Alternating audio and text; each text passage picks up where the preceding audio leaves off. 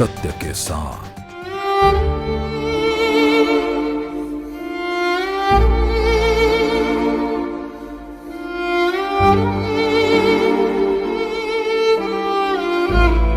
देश में ओमिक्रॉन और कोरोना की तीसरी लहर अपना रंग दिखाने लगी है। लोग परेशान हैं और लगातार आंकड़ों में वृद्धि हो रही है। ऑक्सीजन एक ऐसी जरूरत बन गई बीते चंद महीनों में इस देश के लिए, जिसके लिए हाहाकार मच गया। लोग परेशान रहे। एक एक ऑक्सीजन सिलेंडर के लिए दफ्तरों और अस्पतालों का चक्कर लगाते रहे।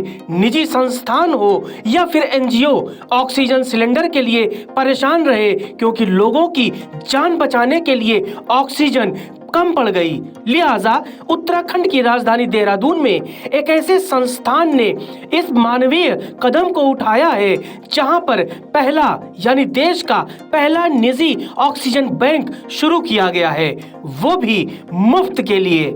लोगों को अगर अब ऑक्सीजन की जरूरत होगी तो उन्हें मुफ्त में ये संस्था यानी जिसका नाम है देवभूमि मानव सामाजिक विकास समिति, वो मुफ्त में इस ऑक्सीजन बैंक को लोगों के लिए खोल रही है। इस ऑक्सीजन बैंक की शुरुआत मशहूर पर्यावरणविद पद्म भूषण डॉक्टर अनिल प्रकाश जोशी और पद्मश्री कल्याण सिंह रावत के साथ साथ तमाम वीवीआईपीज ने शुरू किया, जिसमें आरोग्य धाम अस्पताल के एमडी डॉक्टर विपुल नौटियाल भी मौजूद रहे और लोगों को बताया कि कोरोना काल में किस तरह से देश ऑक्सीजन की कमी से जूझा। लोगों को वृक्ष लगाना चाहिए, पर्यावरण की सुरक्षा करनी चाहिए, ताकि इस तरह के बैंक बनाने की आवश्यकता हमें भविष्य में न पड़े। महिला सदस्यों ने भी हमें बताया कि क्यों ऑक्सीजन बैंक की शुरुआत करने की जरूरत देहरादून में पड़ी। सुनिए और लोगों को साझा कीजिए ये बयान और लोगों तक पहुंचाइए इस ऑक्सीजन बैंक के खुलने की खबर। इस तरह के प्रयोग जो कि सूर्यकांत धस्माना ने एक बैंक को लेकर के जो शुरुआत की है, वो स्वतंत्र प्रयोग है मेरी दृष्टि में, और स्वतंत्र प्रयोग ही हमेशा उनकी पुनरावृत्ति संभव होती है। और ये मुझे लगता है कि किसी भी राजनीतिज्ञ का एक सामाजिक चेहरा होना चाहिए, और आप तो ज़्यादा बड़ा होना चाहिए, क्योंकि अब जागरूकता ने नए आयाम तय कर लिए हैं। ऐसे में मैं समझता हूँ कि ये जो उनकी पहल है, ये जहाँ समाज की सेवा तो करेगी ही, पर साथ में जो एक बहुत बड़ा योगदान जिस संगठन का वो नेतृत्व कर रहे हैं, उस संगठन की इस रूप में भी पहचान दर्ज करेगी कि आने वाले समय में सभी राजनेताओं को मेरी दृष्टि में अपना एक और चेहरा तो जताना और बताना चाहिए।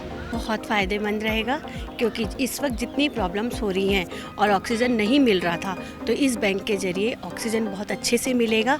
और सबसे बड़ी बात यह है कि जो लोग नहीं अपनी ज़रूरत को पूरा कर पा रहे, नहीं पैसा खर्च कर पा रहे, उनको फ्री ऑफ कॉस्ट मिलेगा, तो उनके लिए सबसे बड़ा बेनिफिट होगा।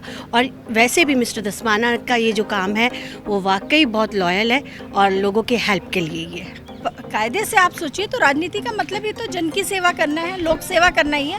उसको चरितार्थ किया आज सूर्यकांत धस्माना भाई साहब ने कि ऑक्सीजन बैंक खुला। खुदा न खास्ता जिस तरह से दूसरी लहर, पहली लहर आई, उसके बाद दूसरी लहर में क्या हालात हुए कि लाशों को लकड़ियां तक नहीं मिल पाई, गंगा के किनारे फेंकी हुई थी जो है लाशें हैं। क्यों? क्योंकि उस समय थाली ताली और घंटी बजाने से काम नहीं चला। ऑक्सीजन की ज़रूरत थी तो ऑक्सीजन देना पड़ा, और जहां हम नहीं दे पाए वहां लोगों ने अपनी जान गंवा दी। जी हाँ, सही सुना आपने। अगर आप भी ऑक्सीजन की कमी से परेशान हैं, अपने किसी परिजन के लिए दौड़ भाग कर रहे हैं और आपको ऑक्सीजन नहीं मिल रहा, तो आप इस खबर को गौर से देखिए, सुनिए और लोगों को साझा कीजिए, ताकि इस कोरोना महामारी के बीच ऑक्सीजन से किसी और की जान फिलहाल देहरादून में ना जाए। सुनिए ऑक्सीजन की इस अनोखे बैंक की शुरुआत करने वाले सूर्यकांत धस्माना और उनकी टीम का। हंस फाउंडेशन के सहयोग से हमने एक परमानेंट ऑक्सीजन बैंक स्थापित किया है, जिसमें हम देहरादून में अगर 250 लोगों को एक साथ ऑक्सीजन की आवश्यकता घर पे पड़े तो हम उनके घर पे डोर स्टेप्स पे ऑक्सीजन का सिलेंडर पहुंचा सकते हैं फ्री ऑफ कॉस्ट, अपनी एम्बुलेंस से, अपने साधन से।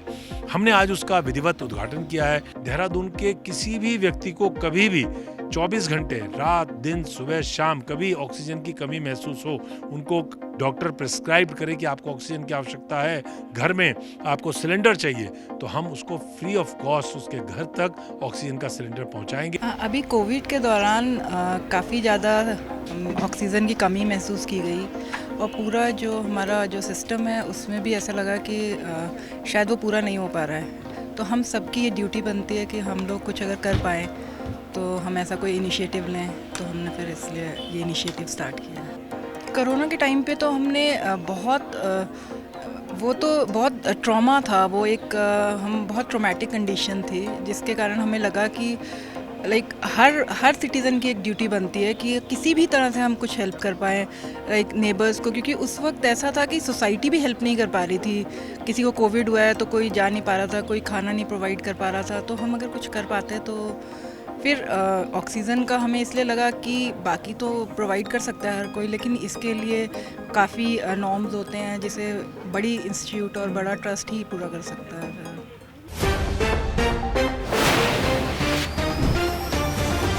सत्य के साथ